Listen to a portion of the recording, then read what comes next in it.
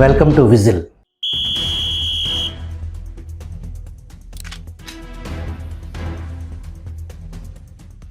Ayushman Bharat PMJAY NTR వైద్య సేవా పథకం కింద హైబ్రిడ్ విధానంలో యూనివర్సల్ హెల్త్ పాలసీ రూపకల్పనకు బీమా కంపెనీల నుంచి టెండర్లు ఆహ్వానించేందుకు కొద్ది రోజుల క్రితం ఏపీ కేబినెట్ ఆమోదం తెలిపింది.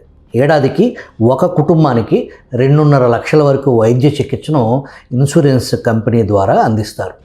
2.5 లక్షలకు పైబడి 25 లక్షల వరకు వైద్య చికిత్సలకు ఇన్సూరెన్స్ కంపెనీలు క్లెయిమ్ చేస్తే ఆ మొత్తాన్ని ఆ కంపెనీలకు ఎన్టీఆర్ వైద్య సేవా ట్రస్ట్ రీఎంబర్స్మెంట్ చేస్తుంది. ఎంప్లాయీ హెల్త్ స్కీమ్లకు మినహా రాష్ట్రంలో మిగతా అన్ని కుటుంబాలకు ఇది వర్తిస్తుంది. పేషెంట్ చేరిన 6 గంటల్లోగా ఆమోదం లభించడంతో పాటు క్లెయిమ్స్ను 15 రోజుల్లో ఇన్సూరెన్స్ కంపెనీ చెల్లించాలి. ఈ పథకం ద్వారా 3,257 రకాల వైద్య సేవలు అందిస్తారు.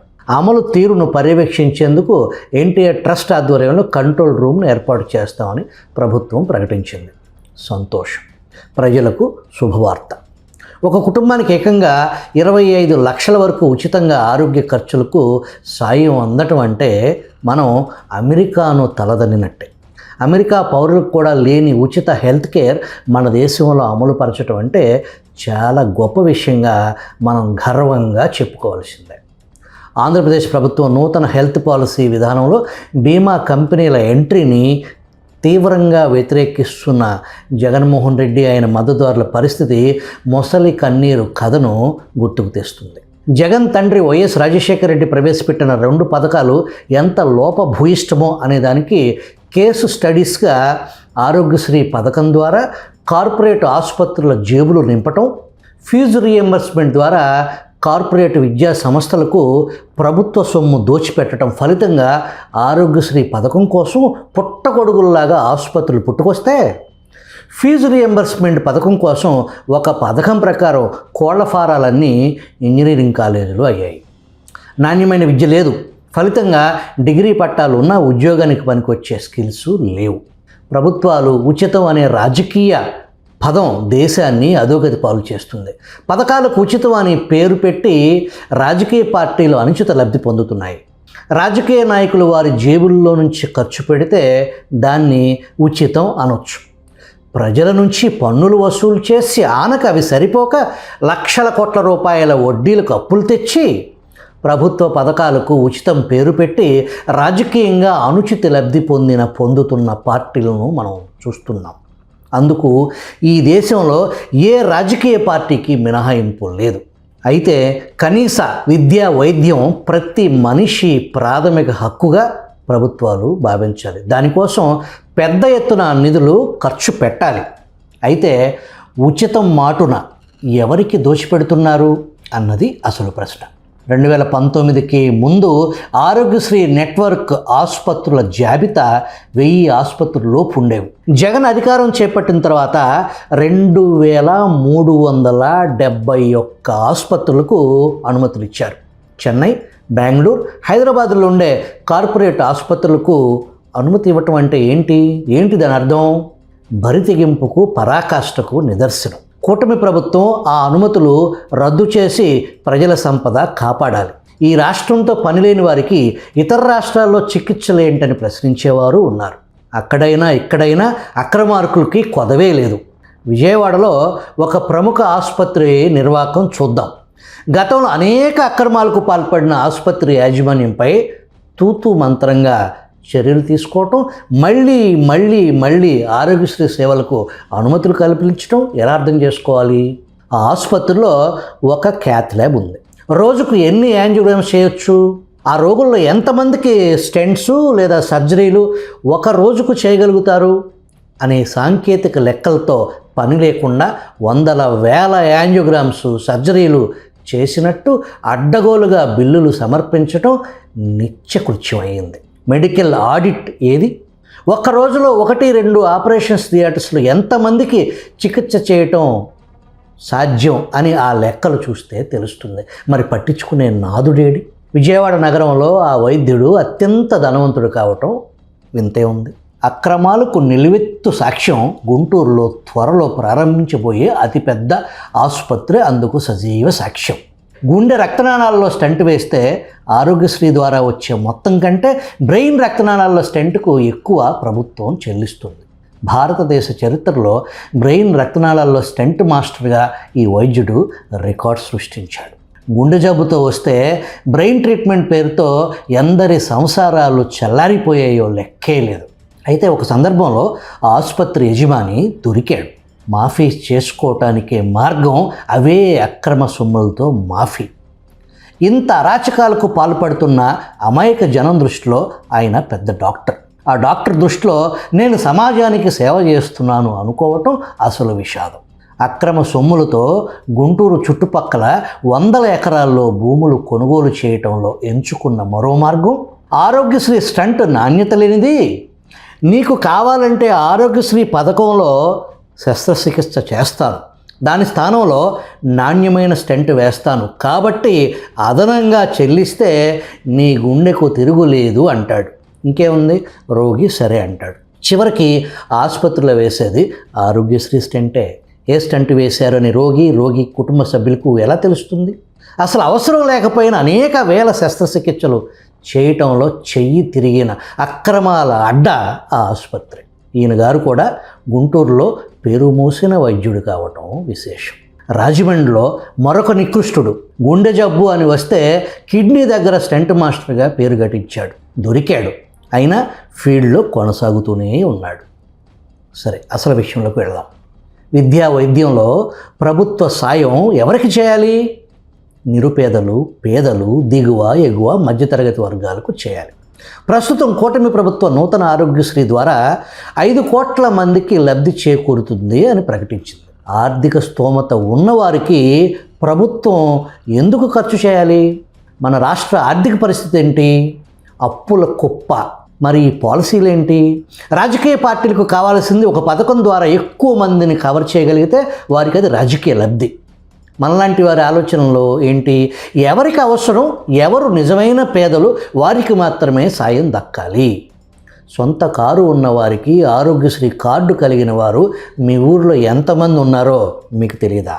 కేంద్ర ప్రభుత్వ ఆధ్వర్యంలో ఆయుష్మాన్ భారత్ కింద భారత ప్రధానమంత్రి జన్ ఆరోగ్య యోజన PMJAY లబ్ధిదారులు కావాలంటే తెల్ల రేషన్ కార్డు కలిగి ఉండాలి, లేదా socio economic caste senses SECC 2011 లెక్కల ప్రకారం అర్హతను నిర్ధారిస్తారు. ఆరోగ్య కార్డు కోసం తెల్ల రేషన్ కార్డు లింకు కారణంగా తెల్ల రేషన్ కార్డుల సంఖ్య గణనీయంగా పెరిగాయి. ఫలితంగా రేషన్ బియ్యం అవి ఎంతమంది తింటున్నారో 10 రూపాయలకి అమ్ముకునేవారు కొందరైతే డీలర్లు గోడౌన్స్ ద్వారా నేరుగా బియ్యం స్మగ్లింగ్ మాఫియా వార్తలు చూస్తూనే ఉన్నాం. 2 తెలుగు రాష్ట్రాల్లో 80% ఎమ్మెల్యేల అక్రమ బియ్యం మామూళ్ళు నెలకు 25 లక్షల పైగానే సొమ్ము చేసుకుంటున్నారు. సరే, అసలు విషయానికి వద్దాం. ప్రధానమంత్రి జన్ ఆరోగ్య యోజన పథకం ద్వారా దేశంలో 55 కోట్ల మందికి మేలు జరుగుతుందని కేంద్ర ప్రభుత్వం చెబుతుంది. అజయ్ బసుదేవ్ బోస్ అనే సామాజిక కార్యకర్త ఈ సంవత్సరం RTI యాక్ట్ ద్వారా PMJAY కింద ఇప్పటి వరకు ఎంత పెండింగ్ బిల్లులు కేంద్ర ప్రభుత్వం చెల్లించాలి అనే సమాచారం బయటకు తీశాడు. అక్షరాల 1,21,000 కోట్లు.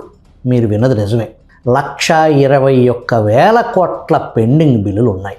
కేంద్ర బడ్జెట్ 2025-26 ఆర్థిక సంవత్సరానికి PMJAYకి కేటాయించిన సొమ్ము 9,406 కోట్లు. మరి ఈ పెండింగ్ బిల్లుల పరిస్థితి ఏంటి? కేంద్ర ప్రభుత్వం ఇప్పటి వరకు రకరకాల మార్గాల్లో చేసిన మొత్తం అప్పు సుమారు 200 లక్షల కోట్లు. ఎంత? 200 లక్షల కోట్లు. అందులో గత కేంద్ర ప్రభుత్వాలు చేసిన మొత్తం అప్పు సుమారు 50 లక్షల కోట్లు. అయితే ఒక్క మోడీజీ మాత్రం 150 లక్షల కోట్లు అప్పు చేశారు. ఇక రాష్ట్రాలు చేసిన అప్పులు దీనికి అదనం. 1978లో తరిమిన నాగిరెడ్డి తాకట్టులో భారతదేశం అనే విశ్లేషణ దేశంలో సంచలనమైంది. ఇప్పుడు అలా విశ్లేషించేవారు లేరు. ఒకవేళ ఎవరైనా గొంతు చించుకున్న పత్రికలు, ప్రసార మాధ్యమాలు పట్టించుకోవు. పూర్వం పత్రికలు వార్తలను ప్రచురించి పత్రికలను నమ్ముకునేవారు. నేడు పత్రికలను ముందే అమ్మేసుకుని వారికి కావలసిన వార్తలను ప్రచురిస్తున్నారు. దేశం, రాష్ట్రాలు అప్పుల కుప్ప మీద కూర్చుని ప్రభుత్వ వ్యవస్థలను బలోపేతం చేయకుండా రాజకీయ అనుచిత ఉచితాల పేరుతో ప్రైవేటు సంస్థలకు నిధుల వరద పారిస్తే ఏమవుతుంది?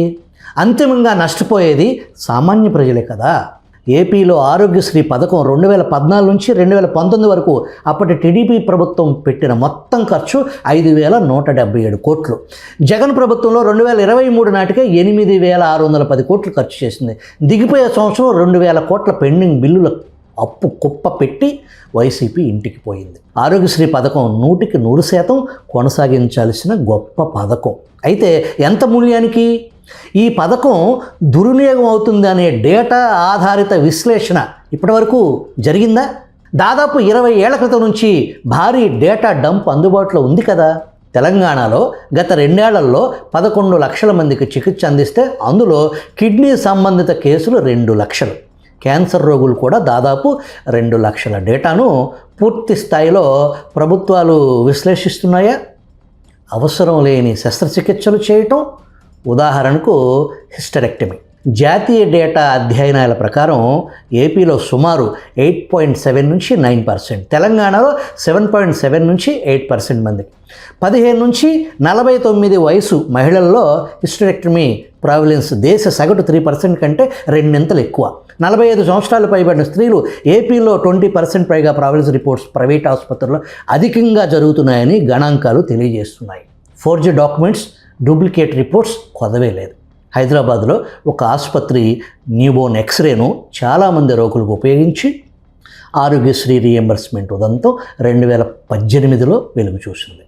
ఆరోగ్యశ్రీలో తప్పు చేస్తే శిక్షలు ఉన్నప్పటికీ ఏ ఆసుపత్రి యాజమాన్యానికైనా శిక్ష పడినట్టు మీకు తెలుసా? 2 రాష్ట్రాల్లో డీలిస్ట్, సస్పెండ్ చేసిన ఆసుపత్రులు తిరిగి ఆరోగ్యశ్రీ నెట్వర్క్లోకి ఎలా వస్తున్నాయి? కేంద్ర ఆడిట్ సంస్థ సిఏజీ పిఎంజేవై పైన, రాష్ట్రాల ఆధ్వర్యంలో పథకాల అవకతవకలపైన ప్రభుత్వాలు చర్యలు తీసుకున్నాయా?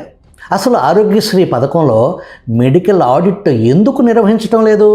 ఫలానా ఆసుపత్రిలో శస్త్రచికిత్స నిజంగా జరిగిందా లేదా అనే తనిఖీ వ్యవస్థ ఎందుకు లేదు? భారతదేశంలో ఆసుపత్రుల ప్రామాణిక నాణ్యత కోసం national accreditation board of hospitals and health care providers quality council of India ఆధ్వర్యంలో ఈ సంస్థ దేశంలో ఆసుపత్రుల ప్రమాణాలను నిర్ధారిస్తుంది. అటువంటి ఆసుపత్రులకు మాత్రమే ఆరోగ్యశ్రీ లాంటి పథకాల అమలు లాంటి కఠినమైన నిబంధనలు ఎందుకు లేవు? ఆరోగ్యశ్రీ పథకం కోసం పుట్టగొడుగుల్లాగా ఆసుపత్రులు పుట్టుకొస్తూనే ఉన్నాయి కదా. ఆరోగ్యశ్రీ పథకంపై పెద్ద చర్చ జరిగి తీరాలి. ఈ పథకం నిజంగా పేదలకు వరమేనా? తప్పుడు పనులు చేయని ఆసుపత్రులపై భారంగా మారిందా? ప్రజల పన్నుల సొమ్ము, ప్రజాధనం రాబందుల పాలు కాకుండా ప్రభుత్వాలు అడ్డుకోలేవా? నేషనల్ ఫార్మాస్యూటికల్ ప్రైసింగ్ అథారిటీ ఆధ్వర్యంలో స్టెంట్ ధరలు నిర్వహించిన కేంద్ర ప్రభుత్వం వాటి ధరను ప్రతి సంవత్సరం ద్రవ్యోల్బణం ప్రకారం పెంచడానికి అనుమతిచ్చింది. అదే ఇన్ఫ్లేషన్ ధరలు సర్వీస్ ప్రొవైడర్స్కు ఎందుకు కల్పించడం లేదు? అంటే అక్కడ ఫార్మా లాబీయింగ్ కారణం కావచ్చు. రాష్ట్ర ప్రభుత్వాలు నిర్వహించే అతి ముఖ్యమైన శాఖల్లో వైద్య ఆరోగ్య శాఖ ఒకటి. భారతదేశంలో మొత్తం ప్రభుత్వ ఆసుపత్రుల సంఖ్య 23,581. వీటితో పాటు మరో 22 కేంద్ర ప్రభుత్వ ఆసుపత్రులు, ఎయిమ్స్ లాంటి ప్రత్యేక ఆసుపత్రులు ఉన్నాయి. 165 ఈఎస్ఐ ఆసుపత్రులు, 150 మిలిటరీ ఆసుపత్రులు, 150 పైగా రైల్వే ఆసుపత్రులు ఉన్నాయి. ప్రభుత్వ రంగ ఆసుపత్రుల్లో మాత్రమే ఆరోగ్యశ్రీ పథకం ప్రవేశపెట్టకుండా ప్రైవేట్ ఆసుపత్రులకు ఎందుకు అనుమతిస్తున్నారు? కేంద్ర రాష్ట్ర ప్రభుత్వాల ఆధ్వర్యంలో ఒక పెద్ద శాఖ ఆరోగ్య శాఖ. దాంట్లో కేవలం ఒక స్కీమ్ ఆరోగ్యశ్రీ. అంటే ఆరోగ్య శాఖలో ఒక పథకాన్ని స్వయంగా ఆ శాఖ నిర్వహించలేని పరిస్థితి అన్నమాట. వేల లక్షల కోట్ల సొమ్ము ప్రైవేటు ఆసుపత్రులు పాలు చేయకుండా ప్రభుత్వ ఆసుపత్రులను ప్రైవేటుకు ధీటుగా తీర్చిదిద్ది శాశ్వత హెల్త్ కేర్ ఇన్ఫ్రా నిర్మించకుండా ఎంతకాలం ఇలా ప్రైవేటు ఆసుపత్రుల కోసం ప్రభుత్వాలు పనిచేస్తాయి? ఆస్ట్రేలియా, న్యూజిలాండ్, కెనడా లాంటి దేశాల్లో ప్రజలు ఉచితంగా వైద్యం పొందేది ప్రభుత్వ ఆసుపత్రుల్లో మాత్రమే.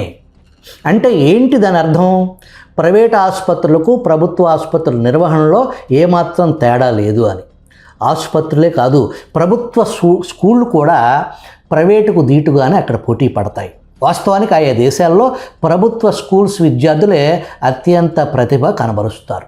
అక్కడ ప్రైవేటు హాస్పిటల్స్కి వెళ్ళాలంటే హెల్త్ ఇన్సూరెన్స్ కట్టుకోగలిగిన ధనికులు, ప్రైవేటు స్కూలుకు తమ పిల్లలను పంపించాలంటే అక్కడి వారు ధనవంతులైతే మాత్రమే పంపగలుగుతారు. బెస్ట్ రిజల్ట్స్ మాత్రం ప్రభుత్వ బడి విద్యార్థులే సాధించడం విశేషం. సరే, ఆరోగ్యశ్రీలో ప్రైవేటు ఆసుపత్రుల బాధలు కూడా ఒకసారి పరిశీలిద్దాం. ఆరోగ్యశ్రీ చికిత్సల ధరలు నిర్ధారించడానికి ఎలాంటి మార్గదర్శకాలు తీసుకున్నారు? చికిత్సలో పాటించాల్సిన ప్రోటోకాల్స్ ఎలా నిర్ధారించారు?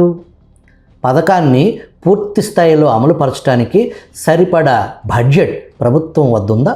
ఒకవేళ ఉంటే బిల్లులు ఏకకాలంలో ఎందుకు క్లియర్ చేయటం లేదు? ఇన్సూరెన్స్ కంపెనీలకు ముందుగానే ప్రీమియం చెల్లించగలిగే ప్రభుత్వాలు ఆసుపత్రుల పెండింగ్ బిల్లులు ఎందుకు తీర్చలేకపోతుంది? ఉచిత వైద్యం ఒక మాయ. ఏ దేశం, ఏ రాష్ట్రం కూడా అందరికీ పూర్తిగా ఉచిత వైద్యం ఇవ్వలేదు. ఈ వాస్తవాన్ని దాచి ప్రజలను వ్యక్తిగత హెల్త్ ఇన్సూరెన్స్ తీసుకోవటంలో ప్రోత్సాహం ఇవ్వటం లేదు అనే దానికి నిదర్శనం ఏపీలో 90% కుటుంబాలకు హెల్త్ కార్డు ఉండటం వల్ల 30% బెడ్స్ నిబంధన నిర్వీర్యమైపోయింది. ప్రభుత్వాలు సకాలంలో బిల్లులు చెల్లించకపోతే ఆసుపత్రుల నిర్వహణ వర్కింగ్ క్యాపిటల్ ఎక్కడి నుంచి తెచ్చుకుంటారు? ప్రోటోకాల్స్ లేకుండా, పూర్తి స్థాయి ఖర్చుల వివరాలతో పని లేకుండా, లెక్కలు లేకుండా, చికిత్స ప్యాకేజీ రేట్లు పెంచకుండా, 2 సార్లు సమీక్షలు జరిపి ఇన్ఫ్లేషన్ ప్రకారం 30-40% పెంపు సిఫార్సు నేటికి ఎందుకు అమలు కాలేదు అంటే ఏంటి అర్థం? ఉదాహరణకు ఒక చికిత్సకు అయ్యే ఖర్చు 10 రూపాయలు అనుకుంటే ప్రభుత్వం 6 రూపాయలు 7 రూపాయలు చెల్లిస్తే ఆసుపత్రులు నష్టాలను భరిస్తాయా? అడ్డదారులు తక్కువా? ఆసుపత్రుల అడ్డదారులకు అదనంగా ఆరోగ్యశ్రీ విభాగంలో సిబ్బంది అవినీతి అనకొండలు అనటానికి ఒక ఉదాహరణ చెబుతా. నాకు వ్యక్తిగతంగా తెలిసిన ఒక సంస్థ విశాఖపట్నానికి సమీపంలో నిరుపేదలకు, వికలాంగులకు ఉచిత వైద్యం చేయించడానికి ఒక మహనీయుడు ఒక ట్రస్ట్ పెట్టి ఉచితంగా వైద్య సేవలు అందిస్తున్నారు.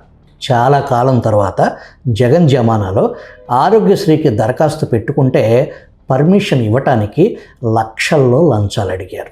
నాడు నేడు అదే పరిస్థితి, అదే రాబందుల రాజ్యం, వీరభోజ్యం. బిల్లుల చెల్లింపుల్లో కమిషన్ల సంగతి సరే. ఈ దేశంలో అవినీతికి గుడి బడి ఆసుపత్రి కాదేది అనర్హం. ఒకే విధమైన చికిత్సలో ప్రభుత్వం వివక్షకు ఎందుకు పాల్పడుతుంది? ఎంప్లాయీ హెల్త్ స్కీమ్ ఈహెచ్ఎస్కి 21% పెంపు కొనసాగిస్తూ, ఎన్ఏబిహెచ్కి 11% ఇన్సెంటివ్స్ ఇస్తూ ఆరోగ్యశ్రీ వైద్య సేవను ఎందుకు నిర్లక్ష్యం చేస్తున్నారు?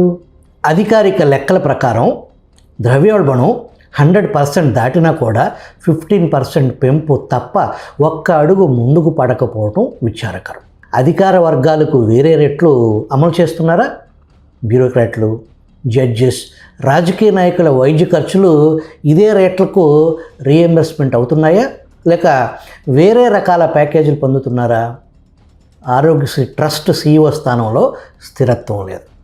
ఐఏఎస్ అధికారులకు ఇది ఒక ట్రైనింగ్ ఫీల్డ్గా మారింది.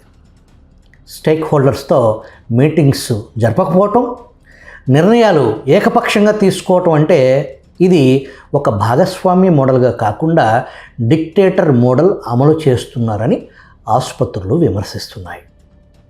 సమగ్రంగా, పారదర్శకంగా, నిష్పక్షపాతంగా ఆరోగ్యశ్రీ పథకాన్ని రివ్యూ చేయాలి. బడ్జెట్ పరిమితులను దృష్టిలో ఉంచుకుని ప్రజలకు ఉత్తమమైన ఆరోగ్య సేవలు అందించేలా ప్రభుత్వాలు నడుం బిగించాలి. ఆరోగ్యశ్రీ పథకంలో అనేక సమస్యలు ఉన్నాయి. పరిష్కారాలు కూడా మన కళ్ళ ముందే ఉన్నాయి. దానికి కావాల్సింది ఒక్కటే, రాజకీయ సంకల్పం, చిత్తశుద్ధి ఉంటే ప్రభుత్వ ఆసుపత్రులను ప్రపంచ స్థాయి హెల్త్ కేర్ స్థాయికి చేర్చడం అసాధ్యమేమీ కాదు. ఆరోగ్యశ్రీని నిజంగా పేదలకు వరంగా ఉండాలి అంటే క్లెయిములపై risk score analytics, time bound payments, open data dashboard, కఠిన మెడికల్ ఆడిట్స్పై తక్షణం దృష్టి పెట్టడం అవసరం. లేకపోతే అనవసర శస్త్రచికిత్సలు, డూప్లికేట్ ఇన్వెస్టిగేషన్స్, ఆరోగ్యశ్రీ సేవల నిలిపివేతల బెదిరింపుల డ్రామాలు మళ్ళీ నిత్యకృత్యం అవుతూనే ఉంటాయి.